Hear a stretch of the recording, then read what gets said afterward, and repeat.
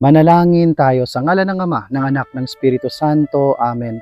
Lord, nagpapasalamat po kami sa umagang ito na iyong ipinagkaloob sa amin.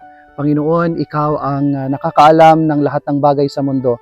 Ingatan niyo po kami sa buong maghapon at protektahan niyo po ang bawat isa sa amin. Panginoon, nawa patuloy mong ipadala ang iyong grasya at iyong awa sa aming lahat. Panginoon, huwag niyo po sanang hayaan na kami ay mapahamak o anumang masamang mangyari sa aming lahat. Panginoon, itinataas namin sa iyo lahat ng mga bagay sa buhay namin. Isinusuko namin lahat-lahat sa iyo, lalong-lalo na yung mga bagay na hindi namin kontrolado. Panginoon, ikaw ang tunay na nakaalam ng lahat sa buhay namin. Kaya lahat ay tinataas namin sa iyo. Panginoon, hinihiling din po namin na gabayan niyo yung mga tao na nangangailangan ng iyong kagalingan, nangangailangan ng iyong tulong, lalong-lalo na yung mga lugmok na lugmok at nakadapa sa kanilang mga pinagdadaanan sa buhay.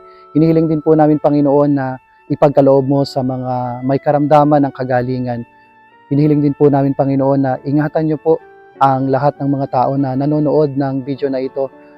Nawa, basbasan mo ang kanilang pamilya upang maramdaman nila ang iyong pagpapala. Hinihiling namin ito sa pangalan ni Kristo, ang aming Panginoon. Amen. Sumayin niyo ang Panginoon at sumayin niyo rin at pagpalain kayo ng makapangyarihang Diyos, Ama, Anak at Espiritu Santo. Amen.